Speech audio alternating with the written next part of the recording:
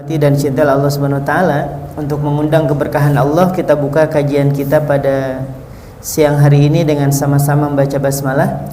Bismillahirrahmanirrahim. Kemarin kita sudah bahas dari apa yang terdapat dalam buku Terlanjur Cinta ini.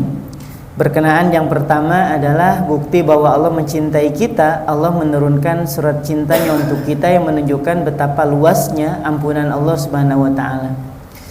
Saya ingin menutup bagian pertama itu dengan satu hadis Nabi SAW berkenaan dengan hadis bitokoh namanya. Ya, hadis apa? Hadis bitokoh. Apa sih hadis bitokoh? Hadis bitokoh itu hadis kartu ajaib ya mas kalian. Jadi bitokoh itu artinya kartu. Para ulama menyebutnya dengan hadis tentang kartu ajaib.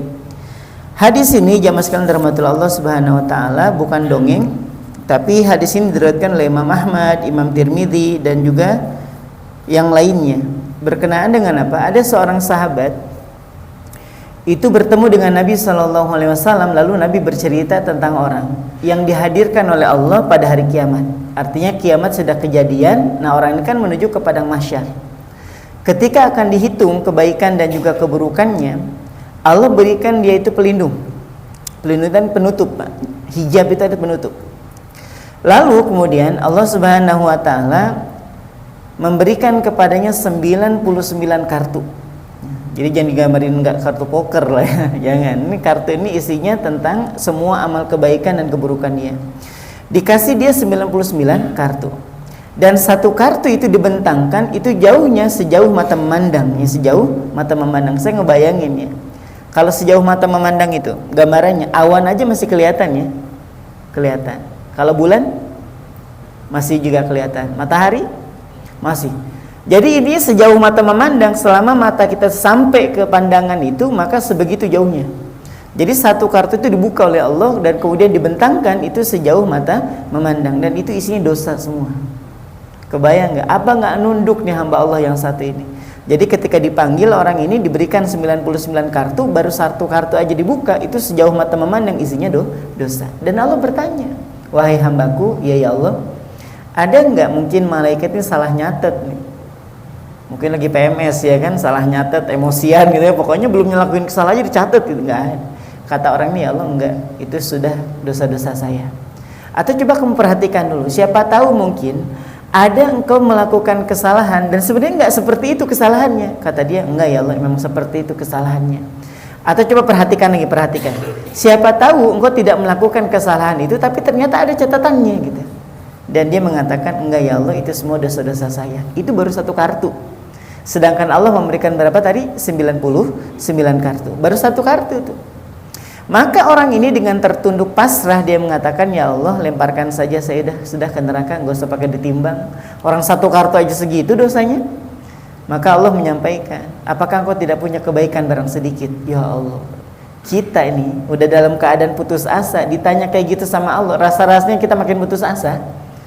Sudah dikasih 99 kartu, satu kartu baru dibuka oleh Allah, itu sejauh mata memandang isinya tentang catatan dosa. Lalu Allah bertanya, tidak adakah kebaikan yang kau punya barang sedikit aja? Kata dia, nggak ada ya Allah, semua ini buruk semua. Dan Allah mengatakan, kau masih punya satu kebaikan. Satu kebaikan. Nah, orang ini mengatakan, ya Allah, nggak ada, aku nggak punya kebaikan barang sedikit. Dan Allah memberikan satu kartu. Buka, kata Allah. Dia mengatakan, ya Allah, satu kartu saja sudah membuat saya malu di hadapan engkau dengan begitu banyaknya dosa. Belum yang 98-nya ya kan? Tadi 99 tambah satu kartu jadi 100. Dia bilang, ya Allah, enggak deh, enggak usah, udah masukin aja neraka. Nah, kata Allah, dibukalah. Dibuka Pak. Ternyata betul dia masih punya satu kebaikan. Apa kebaikannya? Dibuka kartu itu dan ternyata di dalamnya terdapat asyhadu alla ilaha illallah wa asyhadu anna muhammadan abduhu wa rasuluh. Dan hadis ini diriwayatkan oleh Imam Ahmad dengan derajat yang sahih. Nah, jamaah sekalian dirahmati Allah Subhanahu wa taala, lantas dia mengatakan, ya Allah, apa kebaikan dari satu kartu ini ya Allah? Sedangkan dosa ini 99. Nah, sedangkan cuma satu kartu, maka ditimbang oleh Allah dengan 99 catatan dosa tadi, kemudian diletakkan catatan 2 kalimat syahadat, dan ternyata dengan itulah kemudian dia terselamatkan. Maka jamaah sekalian, Allah itu buat orang beriman tuh sebegitu spesialnya. kita hari ini nih, kemarin kan sudah saya sampaikan, selama mati dalam keadaan normal, nggak berputus asa, masih dimungkinkan masuk ke dalam surga. Itu buat orang beriman. Nah, jadi rasa-rasanya nggak masuk di akal kalau ada orang beriman kemudian berputus asa, itu nggak masuk akal rasa-rasanya. Jadi kalau sampai mengakhiri hidup, ya kan, kemudian mengakhiri hidupnya dengan cara menyayat nadi, minum racun dan sebagainya, ini rasa-rasanya memang terlalu melampaui batas. Nah, sekarang kita akan masuk ke yang kedua, bahwa bukti bahwa Allah sangat mencintai kita, ya mas kalian. Allah itu tidak hanya memberi apa yang kita minta, lebih dari itu Allah memberi apa yang kita butuhkan. Ini tolong dicatat baik-baik, ya. Jadi yang kedua, bukti bahwa Allah sangat mencintai kita adalah Allah tidak hanya memberi apa yang kita minta, lebih dari itu Allah memberi apa yang kita butuhkan. Nah, sekarang kalau kita mau jujur, yang sudah kita minta nih dari sekian banyak catatan, list permintaan kita kepada Allah, paling yang belum dikasih itu yang besar-besarnya aja, mas sekalian. Paling cuma beberapa item aja yang belum dikabulin. Dan hampir semua permintaan kita itu sudah Allah kasih semua, rasa-rasanya. Dulu waktu masih SD pengen SMP dikabulin, dari SMP pengen SMA dikabulin juga, pengen SMA bisa kuliah dikabulin, bisa kuliah pengen kerja dikabulin. Dulu waktu kita belum kerja kan minta, ya kan, ya Allah kami belum punya pekerjaan, ya Allah saya belum punya penghasilan, minta dikasih sama Allah. Jadi intinya semua permintaan kita rasa-rasa itu sudah dikabulin, termasuk pengen punya istri, pengen setelah punya istri pengen punya anak, udah punya anak pengen punya rumah, udah punya rumah pengen punya mobil, gitu kan, gitu aja terus menerus gitu. Dan hampir semua permintaan kita itu sudah Allah kabulkan. Nah, pertanyaannya adalah, ya mas sekalian, pernahkah kita meminta sesuatu yang kita butuhkan tapi tetap Allah kasih? Bukan pernah, tapi sering, bahkan hari-hari. Coba Cung angkat tangan, saya sediain 100.000 nih ya, seriusan ini ya. Saya kasih 100.000 buat jamaah sekalian yang tadi 200 dia saya naikin, ya. Atau 2,5 lah ya, 2,5, mentok sudah nih ya. Siapa di antara jamaah sekalian yang ketika akan tertidur kemudian doa gini, ya Allah terima kasih untuk nikmat kedua mata, ya Allah terima kasih atas jantung yang masih tetap berdetak, ya Allah terima kasih Engkau sudah mengalirkan semua darah ini ke seluruh anggota tubuh yang membutuhkan, ya Allah terima kasih Engkau sudah kedipkan kedua mata hamba, masih Engkau lengkapkan kedua kaki, kedua tangan, kedua telinga. Ada yang doa selengkap itu? Nggak ada. Atau pernah nggak jamaah sekalian, ini 500.000 deh, ada nggak di antara jamaah sekalian yang pernah minta kepada Allah sedetail itu, ya Allah detakkan jantung hamba, masukkan oksigen itu dengan lancar, alirkan darah ini ke seluruh anggota tubuh yang membutuhkannya, ya Allah jangan lupa kedipkan kedua mata, lalu kemudian ya Allah sehatkan paru, liver, usus 12 jari dan seterusnya. Ada nggak yang pernah minta si detail itu? Kayaknya nggak ada. Tapi Allah kasih nggak? Allah kasih. Jantung kita tetap berdetak sekalipun kita hari ini nggak pernah tuh minta ya Allah detakin jantungnya, nggak ada. Nafas kita tetap lancar. Kebayang nggak kalau sekiranya Allah hanya memberi apa yang kita minta? Mau nafas, ya Allah nafas, ya Allah jantung belum detak, baru detak, ya Allah ini usus kok dari kemarin belum BAB, baru BAB, ya Allah ribet hidup kita. Tapi ternyata itu semuanya menjadi kebutuhan kita dan luput dari permintaan kita, tetap Allah kasih. Itu baiknya Allah. Jadi kalau kita hari ini mengatakan ya Allah Engkau sudah ngasih apa, ya Allah hello gitu ya, kok dari lahir itu kok bisa napas aja sampai sekarang, itu adalah kebaikan dari Allah. Kadang ada orang menyangka bahwa BAB itu hal yang sederhana, ya kan? Padahal orang yang nggak BAB itu mahal loh pengobatannya, apalagi kalau pakai pasien umum. Coba aja sesekali datang ke rumah sakit bilang pasien umum, kenapa nggak bisa BAB gitu? Mahal kok, bisa 4-5 juta loh, serius ini. Nah, jamaah sekalian dirahmati Allah Subhanahu wa taala, kita menganggap bahwa BAB itu hal yang sederhana. Dicabut aja nikmat pengen BAB, Allahu Rabbi, berat jamaah sekalian. Nih saya ada 2 kali satu bulan itu 2 kali mengisi di RSKD ya. Ketemu sama dokter-dokter, baik itu dokter bedah, tak lagi nanti ada ada buat jantungnya khususnya, masya Allah gedungnya khusus itu. Mereka ngobrol, Allah tuh baik betul sama kita Ustaz, termasuk dokter bedah nih. Saya belum ngebedah, bedah siapa? Ustaz, nggak bisa BAB sudah seminggu, Allah, jangan gara-gara BAB aja. Berapa dong kalau umum 4-5 juta lah kalau nggak pakai BPJS. Ya Allah segitu kayak segitu. Saya bilang ya Allah, pantaslah ketika Nabi SAW mengajarkan kita satu doa. Saya mau tanya teman-teman sekalian, yang hafal doanya saya kasih 50.000 ya, gampang ini ya. Saya siapin dulu uangnya ya. Baik, belum, udah balik lana aja. Siapakah di antara teman-teman sekalian yang hafal doa keluar dari kamar mandi beserta artinya? Ayo, 50.000 nih, cepet buat buka puasa lumayan. Tapi saya nggak ridho kalau buat mokel loh ya. Buat mokel saya nggak ridho dunia akhirat ini ya. Ayo cepet, 50.000 saya siapin. Ayo. Jangan yang pendek, yang panjang. Gufronaka, pendekan. Ya, silakan. Ada? 50 nih. Ambil depan, ya. Doa keluar dari kamar mandi. Langsung aja, Allahumma barik lana fima razaqtana wa qina adzabannar, karena memang lagi mau makan memang ya. Jamaah sekalian, doa keluar dari kamar mandi. Saya hitung sampai 3 nih. 1. Jangan ini Ustadz ini ya, yang lain. Ustadz jangan Ustadz. Yang lain ya. Cepat. 1, 2, enggak butuh duit memang teman-teman terus itu ya. Cuma 50. Saya coba kalau 100 saya ke tangan gitu ya. Nah, jemaah sekalian rahmatullah, enggak jadi sudah ya. Buat Ustadz aja. Ustadz apa tadi Ustadz? Gimana tadi doanya? Nah, sini Ustadz. Coba Ustadz. Enggak mau saya selesai nih. Enggak, ambil. Cepat sini Ustadz. Buat Ustadz aja sudah ya. Baik, afan. Jamaah sekalian, alhamdulillahilladzi azhaba 'anil adza wa 'afani. Segala puji bagi Allah. Kebayang enggak keluar dari toilet kita bilang alhamdulillah, segala puji bagi Allah, dan kita tahu bahwa alhamdulillah itu untuk menunjukkan kita berduka atau kita bersyukur? Bersyukur. Apa hubungannya Ustaz keluar kamar mandi pakai bersyukur? Alhamdulillahilladzi, segala puji bagi Allah yang azhaba 'anil adza, yang telah menghilangkan penyakit, kotoran. Wa'afani, maka ya Allah maafkan saya. Kebayang nggak kita keluar dari toilet aja diajarin untuk bersyukur? Kenapa? Kalau sampai nggak keluar jadi apa? Penyakit. Dan Allah mengajarkan melalui lisan Nabi kita Nabi Muhammad SAW bahwa mengeluarkan kotoran aja itu harus disertai dengan rasa syukur. Keluar kotoran tuh, menurut kita biasa aja, saya cuma BAB aja, nggak gitu. Nggak sesederhana itu. Kita buang air kecil aja, kalau sampai ada gangguan berat ya mas sekalian.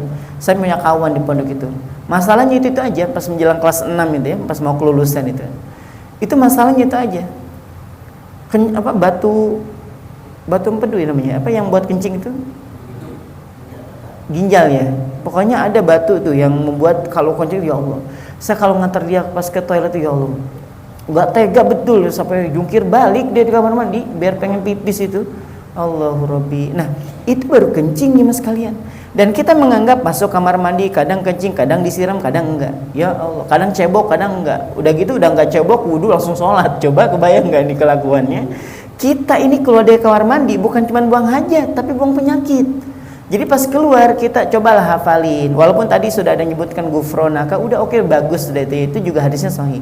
Tapi jamaah sekalian, cobalah kita ajarkan diri kita untuk bisa bersyukur. Alhamdulillahilladzi azhaba 'anil adza wa 'afani. Ya Allah, terima kasih betul.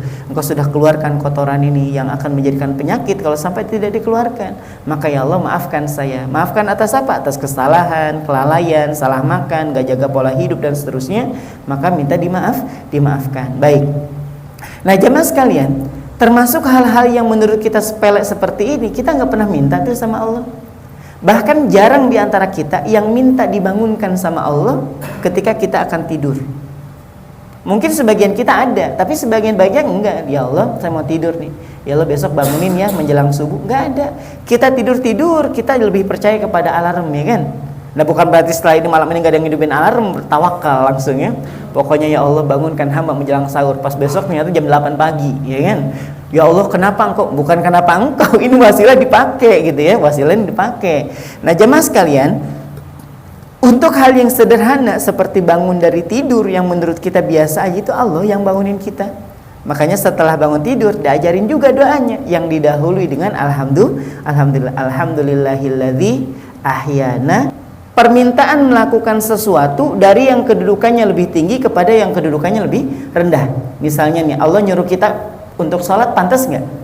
Pantas, karena memang kita rendah. Allah nyuruh kita bersyukur, nyuruh baca Quran, nyuruh sholat, nyuruh puasa, nyuruh melakukan banyak kebaikan, pantas? Pantas, karena memang kedudukan kita rendah. Dan Allah kedudukannya lebih tinggi dibanding kita. Nah, sedangkan doa itu berbeda dengan perintah. Apa itu doa? Talabus syai' minal adna ilal a'la.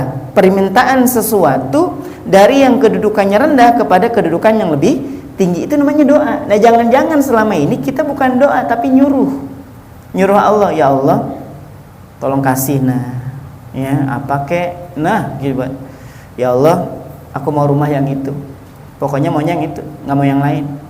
Tapi kalau kasih yang lain nggak mau yang itu, pokoknya kalau nggak dikasih aku ganti Tuhan. Waduh ya, ganti Tuhan, dipikir ganti kakak ya kan, bisa aja kalau ganti kakak, ganti Tuhan gimana ceritanya. Nah jamaah sekalian, jangan-jangan selama ini kita tuh nyuruh Allah untuk melakukan apa yang kita mau, padahal doa itu adalah permintaan sesuatu dari yang kedudukannya lebih rendah kepada kedudukan yang lebih tinggi. Jamaah sekalian, doa itu pasti dikabulkan. Saya ulangi sekali lagi, doa itu pasti dikabulkan, pasti. Kok bisa pasti? Memang Allah yang menyampaikan, ud'uni astajib lakum, berdoalah kepadaku ku kabulkan doa kalian, mintalah kepadaku ku kasih permintaan kalian, mohonlah kepadaku ku perkenankan permohonan kalian. Itu janji Allah. Dan kita faham bahwa innallaha la yukhliful mi'ad, Allah tuh nggak pernah ingkar janji. Nah terus kalau gitu kenapa doa saya nggak dikabulin? Nah jangan-jangan kita nggak paham bentuk pengabulan doa. Pengabulan doa itu satu, ada yang langsung dikabulkan. Contohnya apa? Misal kita dalam keadaan terdesak nih, ya Allah si adik lagi sakit, sembuhkan dia, kasihan ya Allah, sembuh nih, maka ini doa yang langsung dikabulkan. Atau kita udah kelilit utang nih, besok misalnya rumah mau diambil, udah mentok banget nih otak kita, maka bilang ya Allah ini sudah usaha maksimal tapi kayaknya belum kelihatan hilalnya. Nah besok tahu ada yang bayar hutang ke kita. Nah dengan pembayaran hutang ini kita bisa bayar cicilan rumah misalnya. Itu gambaran sederhana. Jadi doa lalu kemudian cepat dikabulkan. Yang kedua, ada yang ditunda. Ditundanya jangan digambarin besok, minggu depan, tahun depan. Ada yang bahkan kata Nabi ditunda sampai akhirat. Ditunda sampai ke akhirat. Contohnya apa? Orang yang meminta anak tapi belum Allah titipkan anak. Itu nanti di surga kata Nabi, dia akan memiliki anak keturunan tanpa harus merasakan lelah dan sakitnya melahirkan. Tapi nanti dikabulkannya nanti sampai di akhirat ya mas sekalian. Nah yang ketiga, ada pengabulan doa itu yang dikonversi. Nah ini jarang yang kita sadar. Ya, pokoknya kita ngeluh aja permintaan yang belum dikabulin. Kita ini minta tapi nggak dikabul-kabulin. Bukan nggak dikabulin, jangan-jangan Allah konversi dengan yang jauh lebih baik atau yang semisal dengan itu. Misalnya kita punya motor keluaran tahun 2010. Melihat motor makin kesini makin kesana ya kan. Pokoknya motornya aneh-aneh sudah mulai sekarang itu mulai bukan aneh bentuknya, bukan. Maksudnya itu udah mulai variatifnya itu luar biasa gitu kan. Dulu kita nggak ngebayangin kalau motor bisa ngecas, motor ada musiknya lah. Ya nanti ntar lagi motor ada laundrynya tuh, ntar lagi itu ya. Kalau bagasi gede kan udah ada buat cuci bayi, bahkan dia iklannya tuh ya keren sekali itu. Nanti lama-kelamaan laundry keliling, jasa keliling pakai itu pak, ya pakai motor kayak gitu tuh. Nah jemaah sekalian dirahmatillah Allah, kita makin tahun makin ngelihat motor itu pengen banget, ya Allah pengen punya motor kayak gitu biar satset, ya. Biar kekerjaan nggak terlambat, biar nanti kalau pas lagi buka itu bisa laju dan sebagainya. Karena kita belum punya, mintanya kayak gitu ke Allah, dan ternyata Allah belum ngabulin. Dan buat kita nih, ya Allah kok nggak ngabulin kayaknya nih, tuh disangkanya Allah nggak ngabulin, padahal boleh jadi permintaan dia itu Allah konversi pengabulannya. Buktinya apa? Gak pernah tuh dorong-dorong motor tengah jalan, gak pernah motornya putus rantai tengah jalan di kegelapan malam misalnya, gak pernah juga motornya rewel, gak pernah juga terlambat kerja dengan motor yang ada itu. Boleh jadi kalau ternyata dikasih motor yang baru lebih lena dengan motornya, ya kan, lebih terlena dengan motornya dibanding dengan pekerjaannya. Paham di sini ya? Boleh jadi dikonversi. Misalnya ada orang nih minta kepada Allah pengen rumah, tapi belum dikabulin, rumah hak milik, tapi Allah titipkan dia tempat tinggal. Di dalamnya nggak pernah ada keributan, suami istri itu rukun, nggak pernah saling meninggikan suara, nggak ada bentakan di dalamnya, anak-anaknya baik semuanya. Bahkan saya mengenal ada ustadz yang anaknya 5 itu, hafiz-hafizoh, anaknya tinggalnya dikontrakan. Saya tanya, ustadz pernah minta rumah nggak? Kalau minta rumah sih kayaknya sering, tapi saya minta yang lebih sering itu adalah minta tempat tinggal. Loh kok bisa ustadz? Karena memang rumah dengan tempat tinggal itu beda dalam bahasa Arab. Ini rumah nih yang ada kacanya, jendelanya gitu ya, yang ada atapnya, itu namanya baitun pak dalam bahasa Arab. Apa namanya? Baitun. Makanya kalau ada orang mau umroh biasanya mau kemana mas? Mau ke Baitullah. Wah. Apa ya Allah tinggal di situ kan? Enggak ya. Baitullah tuh bentuknya, fisiknya. Nah kayak gini yang ada dindingnya, yang ada lampu, itu namanya baitun. Tapi tempat tinggal dalam bahasa Arab itu bukan baitun, tapi apa? Maskanatun. Apa? Maskanah. Asal katanya sakana yaskunu, nanti ujung-ujungnya ada sakinah di dalamnya, ketenangan. Jadi boleh jadi orang tuh nggak punya rumah secara hak milik, tapi dia tinggal di kontrakan yang di dalamnya ada ketenangan. Lebih pilih mana? Rumahnya gede, rumah hak milik, tapi nggak pernah ditinggalin. Sekali ditinggalin, kelahi aja suami istri, anak gak ada yang nurut, semuanya gak ada yang nutup aurat, semuanya kenal yang buruk-buruk. Mendingan tetap di tempat yang sederhana, tapi Allah titipkan ketenangan. Nah, boleh jadi kita hari ini minta rumah tapi belum Allah kasih tempat tinggal yang nyaman. Paham ya? Itu yang dikonversi, yang jarang kita syukuri itu. Nah, dan boleh jadi kalau kita dikabulin nih doanya, setiap permintaan kita dikabulin, apa indahnya berdoa. Pas kita belum dikabulin nih ya kan, pas lagi belum kerja, ya Allah, nangis istri saya, ya Allah, bagaimana nanti pas lebaran belum punya baju. Ingat anak, ya Allah, sekolahnya bagaimana, nangis. Coba kalau setiap kali permintaan langsung dikabulin, kapan kita nangisnya dalam berdoa, ya kan? Nah, boleh jadi kita kalau misalnya pas minta langsung dikabulin, pujungan. Tahu pujungan? Nih, seumur umur. Saya belum pernah menemukan kecuali satu kasus ini. Ada suami istri, nelpon ceritanya nih suaminya, Ustaz, boleh ke rumah nggak? Saya bilang, siang Pak, insya Allah saya kosong. Depan rumah Ustaz bisa parkir mobil gak? Dalam hati saya nih orang nih ya, ini masih dipikir saya tinggal di dalam gang gitu ya. Ini depan tuh jalan 2 mobil, papasan aja aman, Pak. Papasan aman. Saya bilang, bisa Pak, nggak takut gak muat Ustaz mobilnya. Dalam hati buat tronton kan orang itu ke rumah. Betul, memang ternyata mobil gede, Pak. Ya Allah, depan rumah parkir. Saya bilang, Pak, ini kalau parkir sini saya dimaki-maki orang. Saya bilang, Bapak naik aja ke atas sudah, Pak. Di atas ada lapangan, Bapak parkir aja di atas. Nah, datang dia ke rumah, istrinya dari awal sampai akhir nggak ngomong istrinya. Istrinya diam aja, nangis aja istrinya. Jadi suami yang cerita, Ustaz, saya boleh nggak minta sama Allah? Saya bilang, memang minta sama Allah, bukan sama saya. Betul aja sudah, Pak, minta aja sama Allah. Bapak minta apa? Ini seumur-umur baru kali ini saya nemuin orang model kayak gini. Bolehkah saya minta kepada Allah supaya dimiskinkan lagi, supaya jadi orang miskin lagi? Kalau Bapak kalau mau silakan. Siapa tahu Bapak bosan kaya, ya kan? Siapa tahu ini wajah-wajah kan wajah-wajah kaya sebenarnya rata-rata ya. Siapa tahu bosan kaya nih, coba amalin doa ini, ya Allah, miskinkan kembali saya. Siapa tahu, Pak, ya, ada orang kayak gini. Dia bilang, Ustaz, boleh nggak saya minta dimiskinkan lagi sama Allah? Saya bilang, kok bisa gitu, Pak? Dicerita. Dulu Ustaz, kami tinggal di kontrakan, tahu sendiri, Pak. Kalau ada masjid, ada rumah perumahan gitu ya, rumah warga lah. Itu kontrakan tuh jarang dekat sama masjid, Pak. Karena dekat sama masjid itu rumah warga dulu, nanti kalau agak jauh ada lahan kosong baru dibikinkan kontrakan. Gitu kan konsepnya. Jadi rumah saya itu kontrakan dulu, Ustaz. Jadi seingat saya, walaupun saya tinggalnya di kontrakan agak jauh dari masjid, saya nggak pernah sholat kecuali di masjid dulu. Ya. Bahkan pas lagi hujan sambil bawa payung, sambil lari-lari saya doa, ya Allah, nanti kalau punya mobil, ya, kalau punya duit saya mau beli mobil supaya tidak ada alasan untuk tidak sholat berjamaah. Belum punya mobil, Pak. Bahkan ketika di kontrakan petak gitu aja, saya dengan istri itu rajin tahajud, Ustaz. Bahkan pas lagi sudah selesai salam, kita doa bareng-bareng, ya Allah, rasanya enak nanti kalau punya rumah nih ada AC-nya. Kamar itu biar ada AC-nya, biar bisa sholat tahajud tiap malam. Waktu belum punya rumah. Allah kabulkan ternyata, Pak. Dia rezekinya bagus, karirnya bagus, bisnisnya jalan, dia punya rumah gede, kendaraannya gede, banyak lagi ya. Dan saya nggak pernah ke masjid, Ustaz. Nggak pernah ke masjid. Paham sudah maksudnya. Makanya dia minta apa? Dimiskinkan lagi, boleh nggak ya minta sama Allah? Maka saya sampaikan, Pak, ujian yang Allah berikan kepada kita itu 2 modelnya. Coba perhatikan surah Al-Anbiya ayat ke-35 itu. Kullu nafsin dha'iqatul maut. Setiap yang bernyawa pasti akan mati. Wa nabluukum bisyarri wal khairi fitnah. Dan kami akan uji kamu sekalian dengan sesuatu yang menyenangkan dan dengan sesuatu yang tidak menyenangkan. 2 model ujian.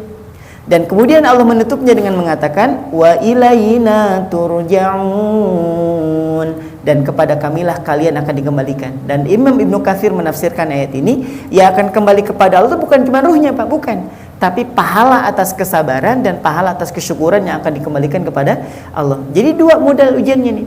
Dan kita kalau kita mau jujur lebih mudah lolos kalau pas diuji dengan sesuatu yang tidak menyenangkan. Kayak tadi tuh, Belum punya rumah tetap ke masjid. Rumahnya jauh dari masjid tetap sholat berjamaah. Rumahnya sempit nggak ada AC-nya tetap bisa sholat tahajud. Rumahnya gede ada AC-nya. Saya pernah ke rumahnya, itu jangankan di ruang tamu, itu kayaknya Pak, di kamar mandi aja pakai AC itu. Dingin betul kamar mandinya. Saking gede itu rumah, saking banyaknya AC, kamar mandi dingin betul kamar mandinya. Saya bilang, pakai AC sentral, kebayang nggak? Saking gedenya itu rumah. Dan jamaah sekalian, kalau nanti ada rezekinya bisa sampai ke rumah orang ini, bapak ngesot aja nih, ngesot ke masjid ini nyampe Pak, tahu ngesot? Ngesot gitu Pak. Ya nggak mungkin juga saya suruh dia ngesot ke masjid ya. Jadi istilah kita nih, ini ke tembok itu masjid Pak. Itu tembok tuh pembatas itu masjid, nggak ke masjid ya. Jadi saya bilang ya Allah, saya sampaikan bahwa kadang kita ini lebih mudah lolos kalau diuji dengan sesuatu yang tidak menyenangkan. Makanya jamaah sekalian nih, waktu dulu belum punya gaji, sedikit betul kesempatan buat maksiat, bener nggak? Jujur aja kan. Kalau sekarang kan orang kalau saya masuk aja lagi push rank, ya kan? Lagi main PUBG, ya, dalam masjid itu, padahal, ya kan? Saya nggak nyalahin, saya nggak nyalahin, nggak apa-apa, jamaah sekalian nggak apa-apa, selama tidak memainkan hal-hal yang ada aurat, nampak dan sebagainya ya. Kita ini makin bertambah rezeki, peluang melakukan keburukan itu makin gede atau makin dikit? Makin gede Pak. Dulu belum punya gaji, diajak karaokean, mikirnya panjang. Sekarang ngelsi, ya, punya member, bahkan, ya kan? Enggak, bukan di sini Pak. Kalau orang teman-teman Petros itu soleh ya, soleh semuanya ya. Apalagi kalau siang, ya kan, soleh. Nggak tahu kalau malam saya ya. Kalau siang tuh soleh aja semuanya. Nah jamaah sekalian dirahmati Allah, orang-orang tuh kalau sudah punya duit gitu kan, pujungnya mulai main di LC, ya kan? Nah, nanti udah gitu nanti kepancing buat check in. Nanti bukan cuma check in aja Pak, nanti dengan yang lain, bahkan ujung-ujungnya sama laki, nanti laki sama laki kalau sudah bosan dengan perempuan. Nah, itu nyata Pak kisahnya. Maka saya ingin sampaikan buat teman-teman sekalian, kalau hari ini ada doa yang belum dikabulin, itu boleh jadi karena memang kita belum siap, kitanya belum siap. Kayak itu tuh gambarannya, dikasih rumah yang gede nggak juga ke masjid, dikasih kendaraan yang besar. Istilah kita nih, mobil maju terus mundur lagi tuh ke garasinya, sudah maju ke masjid, mundur ke garasi. Coba, saking dekatnya dengan masjid, apakah menjamin dia bisa ke masjid? Enggak. Kalau kita nggak siap, makanya minta sama Allah itu, ya Allah minta yang terbaik dari Engkau. Dan rasa-rasanya kalau kita mau jujur, apa yang menjadi kebutuhan kita semua udah dipenuhi. Masalahnya nafsu ini nih yang nggak buat kita ini kenyang dengan dengan dunia. Maka dalam kajian yang sederhana ini saya ingin menyampaikan kembali bahwa Allah itu saking cintanya kepada kita, Allah tidak hanya memberi apa yang kita minta. Lebih dari itu, Allah memberi apa yang kita butuhkan. Semua kebutuhan kita tuh Allah penuhi semua, termasuk kebutuhan makan, kebutuhan minum, kebutuhan tempat tinggal dipenuhi, walaupun bukan rumah sendiri. Paham di sini ya? Walaupun bukan rumah sendiri, kendaraan juga dipenuhi, sehingga dengan teman-teman nggak perlu capek-capek jalan. Ya Allah, apalagi coba yang belum dipenuhi sama Allah? Sudah Pak, yang penting selama itu kebutuhan kita, itu semua sudah dipenuhi. Kalau Ustaz saya pernah minta haji belum dikabulin, ya karena kita belum mampu, mau diapain? Umroh juga sama, mungkin nabungnya kurang kencang, doanya mungkin kurang laju lagi, kurang lebih khusyuk lagi. Maka kesimpulannya apa? Yang kedua adalah bukti cinta Allah kepada kita. Allah tidak hanya memberi apa yang kita minta, lebih dari itu Allah memberi apa yang kita butuhkan. Jangan-jangan kalau setiap kali permintaan kita itu selalu dikabulkan, jadi nggak ada kesan dalam doa itu. Coba kalau nggak dikabulin dalam waktu, ya Allah 10 tahun sudah ini doa tapi belum jadi kabulin, ya Allah kalau sekiranya ada dosa ampuni, kalau ada kesalahan maafkan, ya Allah maafkan saya. Jadi lebih dekat Pak. Sekiranya minta langsung dikasih, minta langsung dikasih, biasa aja jadinya. Nggak ada nggak ada manis-manisnya, nggak ada manisnya. Maka mintalah kepada Allah Subhanahu Wa Taala sesuatu yang baik, minta yang terbaik dari Allah. Jangan maunya apa yang kita mau pakainya harus kabulin, nggak gitu konsepnya. Pokoknya kita minta dikabulkan, alhamdulillah. Nggak dikabulkan nggak mungkin. Hanya saja dikabulkannya ada yang cepat, ada yang ditunda, ada yang dikonversi. Dan terakhir saya ingin sampaikan untuk pesan yang kedua ini, Allah tidak hanya memberi apa yang kita minta, lebih dari itu Allah memberi apa yang kita butuhkan. Ternyata ada yang disampaikan oleh Imam Hasan Al-Basri, ulama yang 10 tahun setelah Nabi meninggal beliau lahir. Jadi hidupnya beliau itu sama Ibnu Umar, sama para sahabat yang lain. Beliau mewasiatkan kayak gini nih, kalau kita memiliki satu keinginan yang belum terkabul, coba dipakai satu cara ini. Apa itu? Syukuri apa yang sudah Allah kasih. Gak usah fokus ke permintaannya dulu, gak usah. Misalnya kita pengen apa? Kita pengen jalan-jalan, misalnya sama keluarga untuk bisa umroh lah misalnya, biar ada nilai ibadahnya. Kita punya rencana pengen umroh sekeluarga, tapi kalau dilihat dari gaji kayaknya belum kelihatan hilalnya Ustaz. Nah gimana caranya? Mulai ngelisnya, ya Allah, terima kasih atas nikmat kedua mata yang dengannya hamba bisa melihat. Ya Allah, terima kasih atas kedua kaki yang dengannya hamba bisa berjalan, kedua tangan yang dengannya hamba bisa bekerja, dengan apalagi lisan yang dengannya hamba bisa berbicara. Coba itu dulu deh. Ya Allah, terima kasih atas jantung yang masih tetap berdetak. Coba deh, yang itu aja dulu, yang paling dekat dulu minta sama ya Allah, terima kasih dan ya Allah maafkan atas kelalaian, kurang syukur, menggunakan mata bukan pada tempatnya dan seterusnya.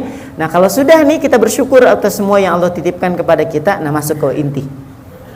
Setelah memuji Allah baru masuk ke inti. Bapak pernah dapat surat permintaan permohonan bantuan nggak? Pernah ya? Coba kalimat pertamanya apa? Segala puji bagi Allah. Wah, gitu kan? Dan kami berdoa mudah-mudahan Bapak sekeluarga dalam keadaan sehat walafiat. Pokoknya di awal itu dipuji betul kita, Pak.